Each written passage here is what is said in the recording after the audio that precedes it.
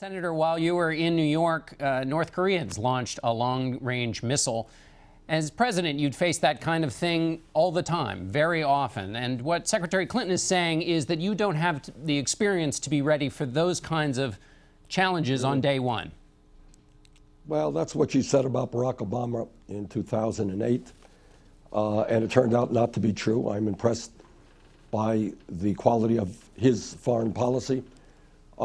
Furthermore, on the most important foreign policy issue in modern history, the war in Iraq, I voted against the war. I led the opposition against the war. And if you go to my website, berniesanders.com, you will see that much of what I feared would happen, in fact, did happen. On the other hand, Secretary Clinton voted for the war. So I think it is not just experience. Obviously, she's been a Secretary of State for 4 years.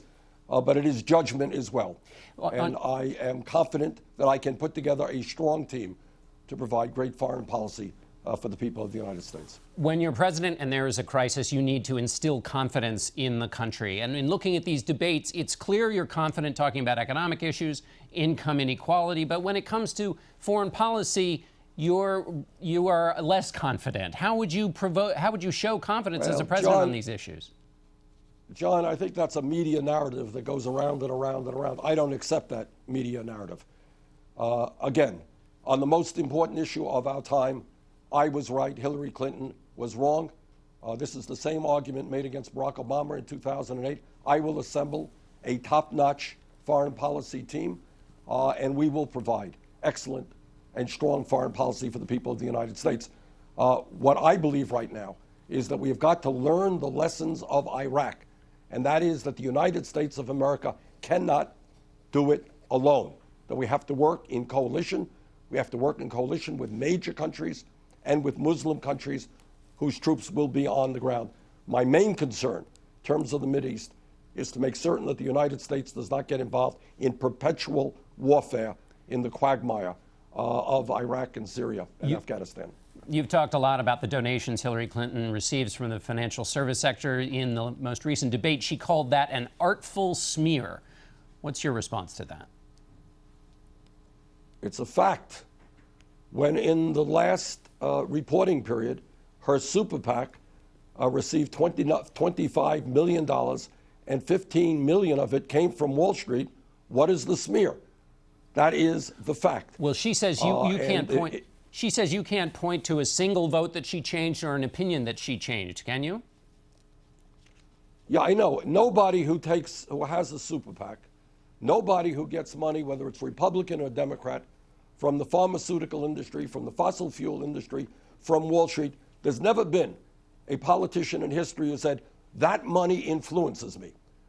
It's just, people are throwing millions and millions of dollars into the campaign. But there's no reason why they're throwing that money into the campaign. I think, the American people know better. So I've never impugned Secretary Clinton's integrity. I like Secretary Clinton, but we have a corrupt campaign finance system. I am proud. I do not have a super PAC. We have raised $3.5 million individual contributions, averaging $27 apiece. Barack Obama received a lot of money from these same groups.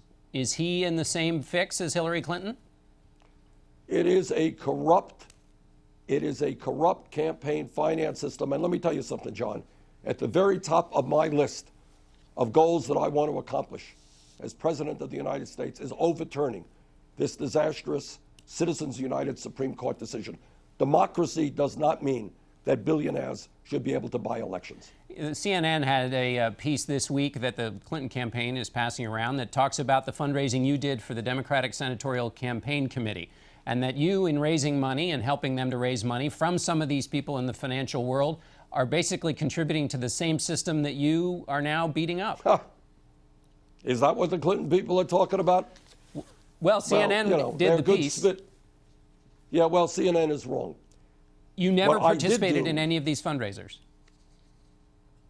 I went to events, but did I go and ask financial people for money? Absolutely not. What I did do, because I absolutely did not want to see the Republicans gain control of the United States Senate, I wrote letters to a whole lot of people letters that went out to, I'm guessing, millions of people through the Democratic Senate Committee that raised millions of dollars for the Democratic Senate Committee.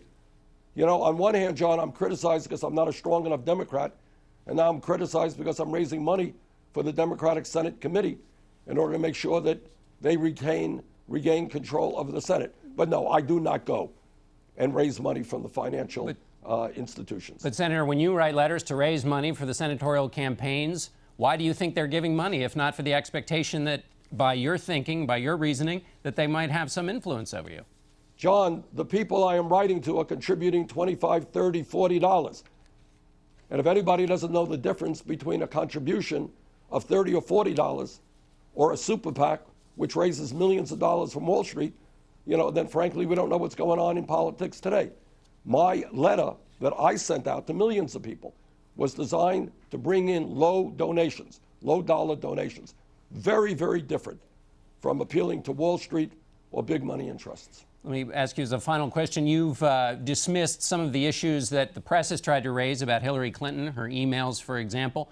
Where are you on this question of whether she should release transcripts of the speeches she gave to financial firms? Yeah, well, a lot of people think, you know, that's ultimately her decision. I mean, her point is that she's given these speeches, but my understanding now is her campaign says she's not going to release those transcripts. That's her decision.